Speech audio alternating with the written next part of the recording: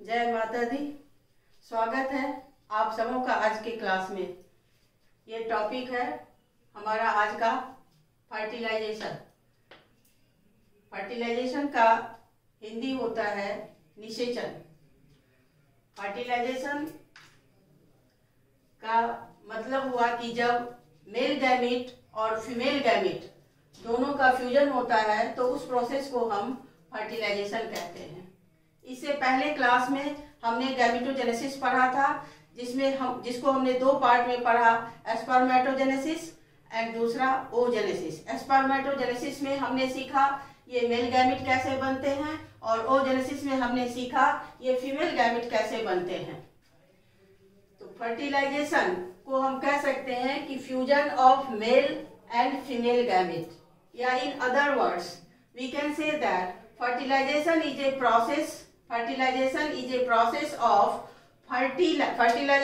a process of fertilizing female gamete by male gamete।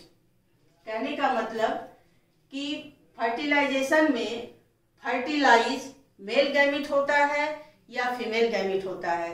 तो answer होगा fertilise female gamete होता है, न कि मेल गैमेट। तो इसलिए हमने यहाँ ये लिख दिया कि process of fertilising female gamete by male gamete. अब फर्टिलाइजेशन के टॉपिक में हमको पढ़ना है कि इसका रिक्वायरमेंट्स क्या है, फर्टिलाइजेशन के लिए हमें क्या क्या चाहिए। दूसरा, फर्टिलाइजेशन होता कहाँ है। तीसरा, फर्टिलाइजेशन के बाद बनता क्या है। और चौथा जो सबसे ज्यादा इम्पोर्टेंट है कि इस फर्टिलाइजेशन के लिए मेल गैमेट और फीमेल गैमेट के मिलने के लिए कौन कौन सा प्रोसेस इन्वॉल्व होता है उसको। तो जो फर्टिलाइजेशन के लिए जो प्रोसेसेस इन्वॉल्व होते हैं वो है insemination, capacitation, acrosomal reaction, prevention of polyspermy और फॉर्मेशन ऑफ रिसेप्शन कोन या फर्टिलाइजेशन कोन। तब जाकर के ये मिलते हैं और तब इन दोनों के मिलने से जायगोट बनता है। ये सभी जो प्रोसेस हैं इनका अलग अलग फेज होता है। पहले फेज को हम सिनगैमी वाला फेज कहते हैं कि जब ये मेल गैमीट और ये फीमेल गैमीट जब दोनों मिलते हैं तो उसको सिनगैमी कहते हैं। इसके बाद इन दोनों के मिलने के बाद इन दोनों के जो साइटोप्लाज्म एक दूसरे से मिक्स होते हैं उसे साइटोगैमी कहते हैं। और तीसरा स्टेज आता है कैरियोगैमी, जब मेल के प्रोन्यूक्लियस और फीमेल के प्रोन्यूक्लियस मिलते हैं तो उसको हम कैरियोगैमी कहते हैं। और एट लास्ट जब ये न्यूक्लियस के अंदर इस न्यूक्लियस के अंदर जो हैप्लॉइड क्रोमोसोम्स हैं और यहाँ जो हैप्लॉइड हैं, ये दोनों हैप्लॉइड्स मिलकर जो डिप्लॉइड स्टेज में आते हैं, दोनों के जो क्रोमोसोम्स मिक्स होते हैं उसको एम्फीमेक्सिस कहते हैं। इस तरह इन सभी फेज में जाकर ये फर्टिलाइजेशन का प्रोसेस पूरा होता है। लेकिन फर्टिलाइजेशन के प्रोसेस को पढ़ने से पहले हमें मेल गैमेट का स्ट्रक्चर जान लेना चाहिए और फीमेल गैमेट का स्ट्रक्चर जान लेना चाहिए। तो चलिए हम पहले मेल गैमेट का स्ट्रक्चर बताते हैं और उसके बाद फीमेल गैमेट का बताएंगे। ये जो फीमेल गैमेट है ये ऑलरेडी अभी फीमेल गैमेट बना नहीं है, ये सेकेंडरी ओसाइट है। जब ओवुलेशन होता है सेकेंडरी ओसाइट के स्टेज में, जब ये जाकर फैलोपियन ट्यूब में जाता है तो ये फिगर यहाँ लिखा हुआ है फीमेल गैमेट, और इसमें जो क्रोमोसोमल नंबर्स हैं 23 हैप्लॉइड हैं और ये सेकेंडरी ओसाइट स्टेज में है। तो पहले हम इस स्पर्म का स्ट्रक्चर समझते हैं। मेल गैमेट या हैप्लॉइड मेल जर्म सेल जिसमें नंबर ऑफ क्रोमोसोम्स कितने हैं 23, यानी 11 पेयर्स, यानी इसमें क्या है 11 पेयर्स क्या है इसमें ऑटोजोम्स और सिंगल एक्स और वाई, इस दोनों में से इसमें कुछ भी हो सकता है। तो ये 22 + 1 कितने हुए 23, जस्ट लाइक इसमें भी उसी तरह से क्रोमोसोम्स होंगे। अब हम इसका स्ट्रक्चर समझते हैं। जिस तरह जिस तरह हर सेल अपने बाउंड्री से घिरा होता है, हर सेल में एक मेम्ब्रेन होता है, उसको सेल मेम्ब्रेन कहते हैं। ठीक उसी तरह से ये जो स्पर्म है ये भी एक सेल है। फर्क सिर्फ इतना है कि नॉर्मल जो सेल होते हैं वो या तो स्फेरिकल होते हैं या रेक्टेंगुलर होते हैं, बट इसका सेल का जो शेप है वो टैडपोल जैसा लगता है। इसका सेल का शेप टैडपोल जैसा है और कुछ स्पेसिफिक स्ट्रक्चर है। तो इस सेल के जो ये चारों साइड से जो ये है, इसको हम कहेंगे, चारों तरफ से घिरा हुआ है, इसको हम कहेंगे सेल मेम्ब्रेन। इसलिए यहाँ मैंने ये लिख दिया है, इसको कहेंगे हम लोग सेल मेम्ब्रेन या प्लाज्मा मेम्ब्रेन। दूसरा फिगर है ये एक्रोजोम, ये हेड रीजन में होता है। ये जो स्पर्म है, इस स्पर्म को हम मेनली 4 पार्ट में डिवाइड करते हैं। इस स्पर्म को हम मेनली 4 पार्ट में डिवाइड करते हैं। पहला ये हुआ हेड रीजन, ये जो यहाँ से यहाँ तक का रीजन है ये हेड रीजन। ये जो नैरो दूसरा पार्ट है इसको कहेंगे नेक रीजन, जो नैरो पार्ट। आप ध्यान से फिगर को देखिए, ये आगे वाइडर पार्ट है, नैरो यहाँ आके नैरो हो गया है। तो इस यहाँ से यहाँ तक, ये इतना दूर तक, ये पोर्शन हेड और ये पोर्शन नेक और ये वाला पोर्शन ये मिडिल पार्ट कहते हैं और सबसे लास्ट वाला पोर्शन टेल। इस तरह से आपने मेल गैमेट के बारे में ये सीखा कि इसमें मेनली 4 रीजन होते हैं।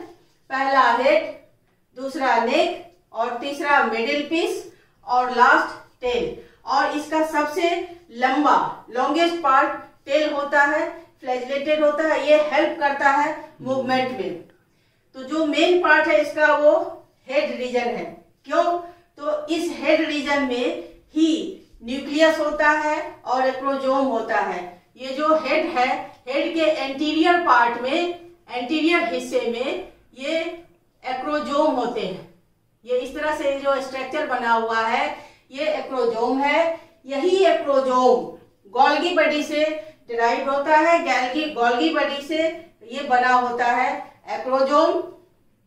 और जैसा कि आप जानते हैं कि गोल्गी बॉडी एक ऐसा ऑर्गेनेल है जिसको हम सेक्रेटरी ऑर्गेनेल कहते हैं। इसी की मदद से ढेर सारे एंजाइम्स का भी सिक्रीशन होता है। तो यही एक्रोजोम एक्रोजोमल रिएक्शन में मदद करता है। कैसे मदद करता है ये हम आगे जानेंगे। इसमें हाइड्रोलाइटिक एंजाइम्स होते हैं और जैसे hyaluronidase enzyme, corona radiata penetrating enzyme, ये सब एंजाइम्स होते हैं, वो आगे हम पढ़ेंगे। और इस एक्रोजोम के ठीक नीचे न्यूक्लियस होता है। इसी न्यूक्लियस में क्रोमोजोम्स होते हैं और इस न्यूक्लियस के ठीक नीचे ये प्रॉक्सिमल सेंट्रियोल और डिस्टल सेंट्रियोल, यानी कि नेक रीजन में 2 सेंट्रियोल्स होते हैं, प्रॉक्सिमल एंड डिस्टल। ये प्रॉक्सिमल सेंट्रियोल जाकर के क्लीवेज में मदद करता है। जब ये सेकेंडरी ओसाइट ओवुलेशन के टाइम जब फैलोपियन ट्यूब में जाता है और इस सेकेंडरी ओसाइट से जब स्पर्म का फ्यूजन होता है, उस वक्त ये प्रॉक्सिमल सेंट्रियोल मदद करता है इसको जैकोट बनने में, वो क्लीवेज में हेल्प करता है। और दूसरा है डिस्टल सेंट्रियोल, ये एक्सियल फिलामेंट के फॉर्मेशन में हेल्प करता है। तीसरा है मिडिल पार्ट। मिडिल पार्ट भी बहुत इंपॉर्टेंट पार्ट है क्योंकि इसी पार्ट में ये देखिए इस तरह से स्पाइरली बने हुए ये माइटोकॉन्ड्रियन है। ये स्पाइरली स्पेसिफिक शेप का माइटोकॉन्ड्रिया होता है। इसको हम लोग ये जो माइटोकॉन्ड्रिया है इसको हम लोग नेवेटर्न शीथ बोलते हैं। और ये जो पेरिफेरल साइटोप्लाज्म है इसको हम मैंचेट कहते हैं। और ये लंबा पार्ट टेल हुआ। इस तरह से आपने ये सीखा कि फर्टिलाइजेशन के लिए हमें 2 गैमेट चाहिए और मेल गैमेट जिसको स्पर्म कहते हैं। तो ये स्पर्म का स्ट्रक्चर हुआ, मेल गैमेट का स्ट्रक्चर हुआ।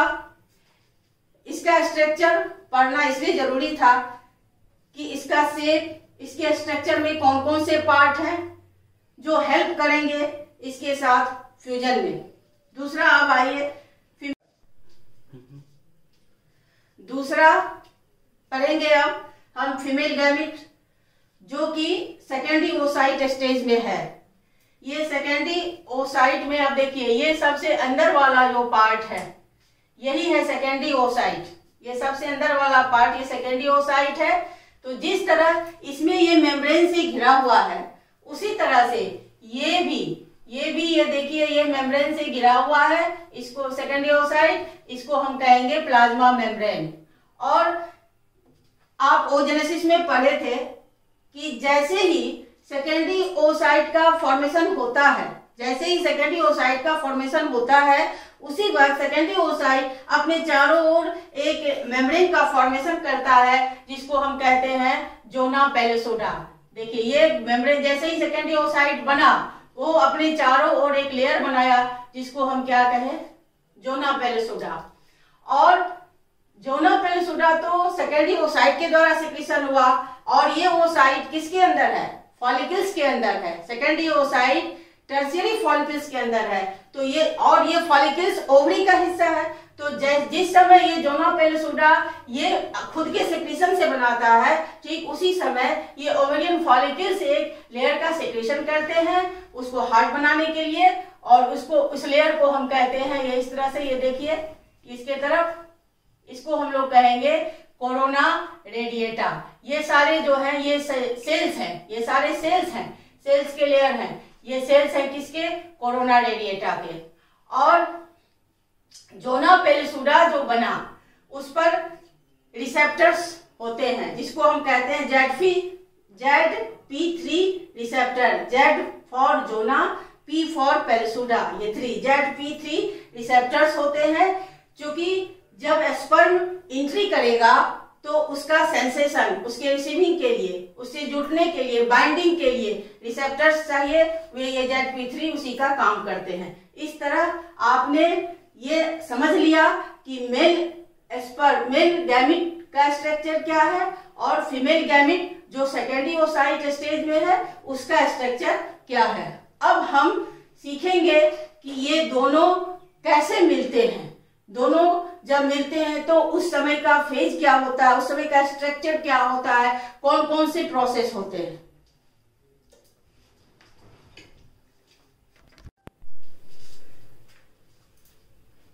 फर्टिलाइजेशन के लिए जो प्रोसीजर्स हैं, फर्टिलाइजेशन यानी निषेचन के लिए, अथवा मेल गैमिट को फीमेल गैमिट से मिलने के लिए जो प्रोसीजर होता है, वो मेनली ये 6 प्रोसीजर है।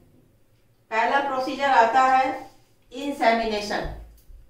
Insemination is the process of input of semen into female genital tract, यानी कि स्पर्म और स्पर्मेटिक फ्लूइड दोनों को मिलाकर सीमेन बनता है। दोनों को, स्पर्म और स्पर्मेटिक फ्लूइड दोनों को मिलाकर सीमेन कहते हैं। और ये सीमेन को इंट्रोड्यूस किया जाता है फीमेल के जेनिटल ट्रैक्ट यानी कि वेजिना होकर के, और वहां ये इंसेमिनेशन हुआ।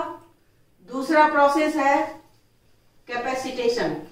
जब इंसेमिनेशन हो जाता है तब ये स्पर्म मोटाइल, इन स्पर्म को मोटिलिटी प्रोवाइड किया जाता है।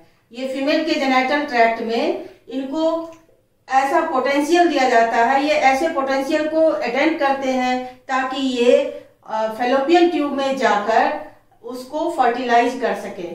तो मेजर चेंजेस अगर in female genital tract for capacitation of sperm. वो चेंजेस क्या होते हैं, तो जो स्पर्म का हेड रीजन है, हेड के आगे जो एक्रोजोम होते हैं, उस एक्रोजोमल वाले रीजन को एक्टिव बनाया जाता है, और जो स्पर्म के ऊपर कोलेस्ट्रॉल का लेयर होता है उसको हटाया जाता है, और इनहिबिन प्रोटीन उसको रिमूव किया जाता है ताकि ये स्पर्म मोटाइल हो सके, और वो फीमेल जेनिटल ट्रैक्ट यूट्रस के होते हुए, यूट्रस का जो लोअर पोर्शन सर्विक्स होता है, ये सर्विक्स उसके बाद यूट्रस और फिर फैलोपियन ट्यूब में जाकर पहुंच सके। इसी को हम कैपेसिटेशन कहते हैं। तीसरा प्रोसेस है एक्रोजोमल रिएक्शन। एक्रोजोमल रिएक्शन उसको एक्रोजोमल रिएक्शन जैसे ही ये स्पर्म फीमेल गैमीट के कांटेक्ट में आता है तो स्टार्ट हो जाता है।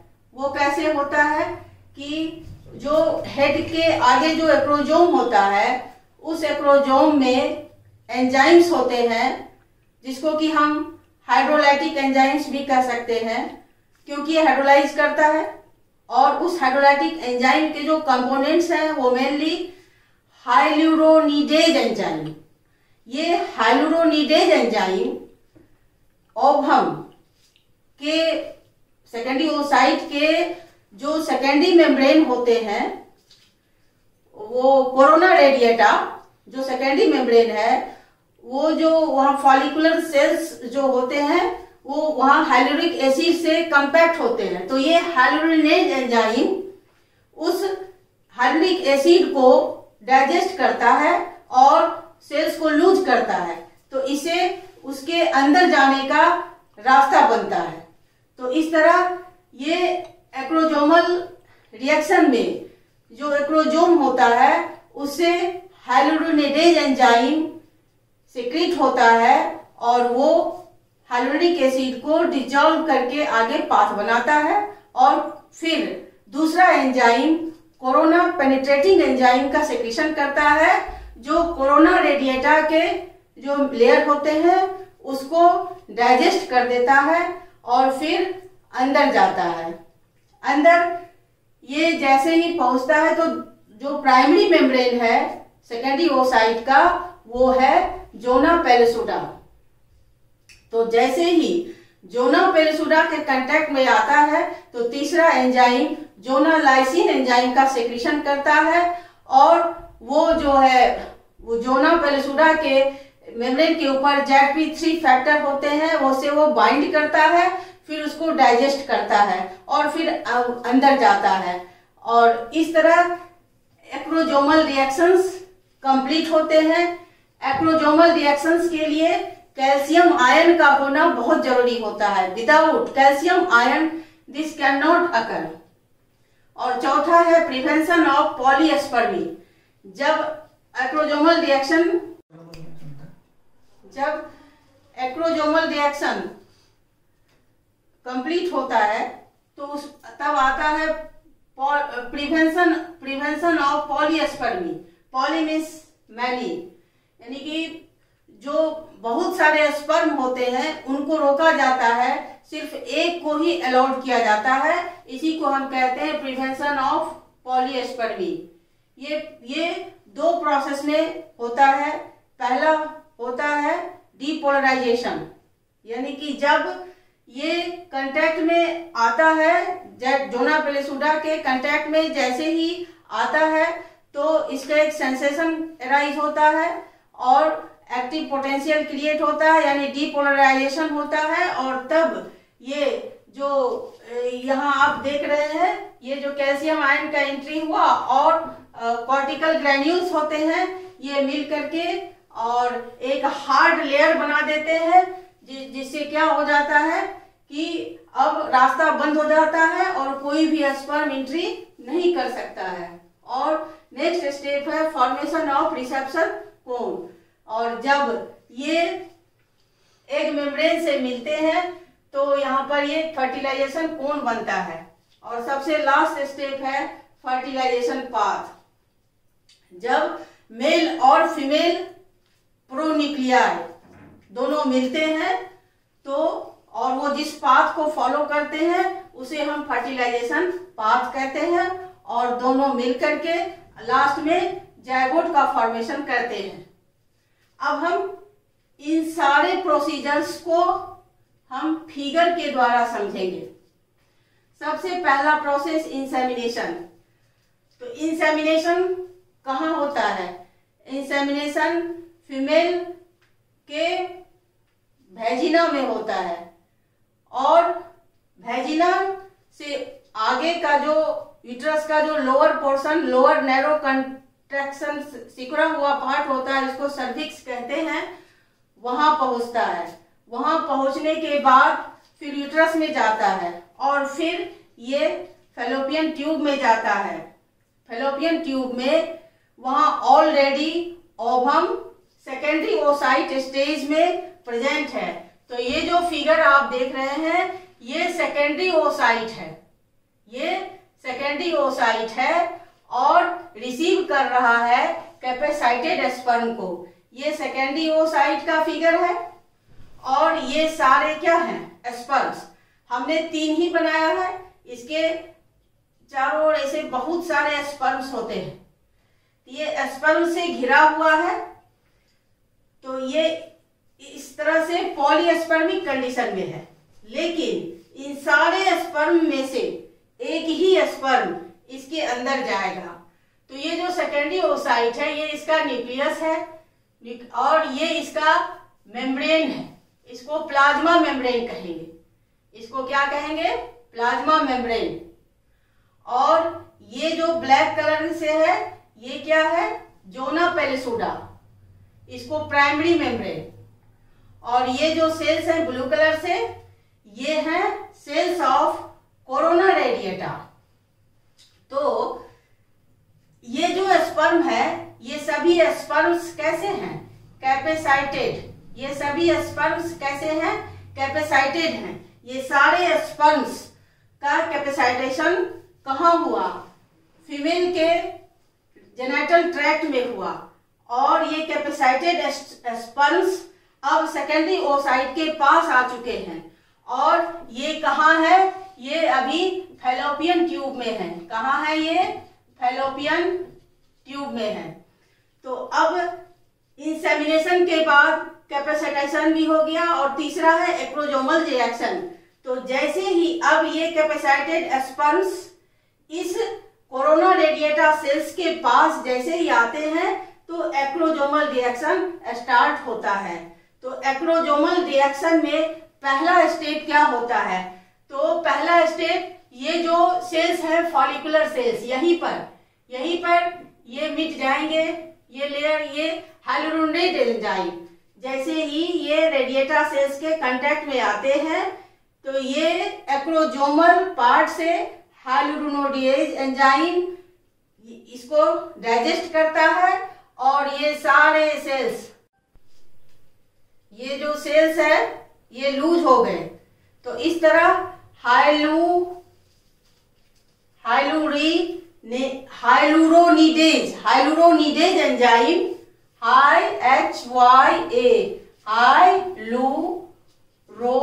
हाइलुरोनिडेज एंजाइम ये इसको लूज किया।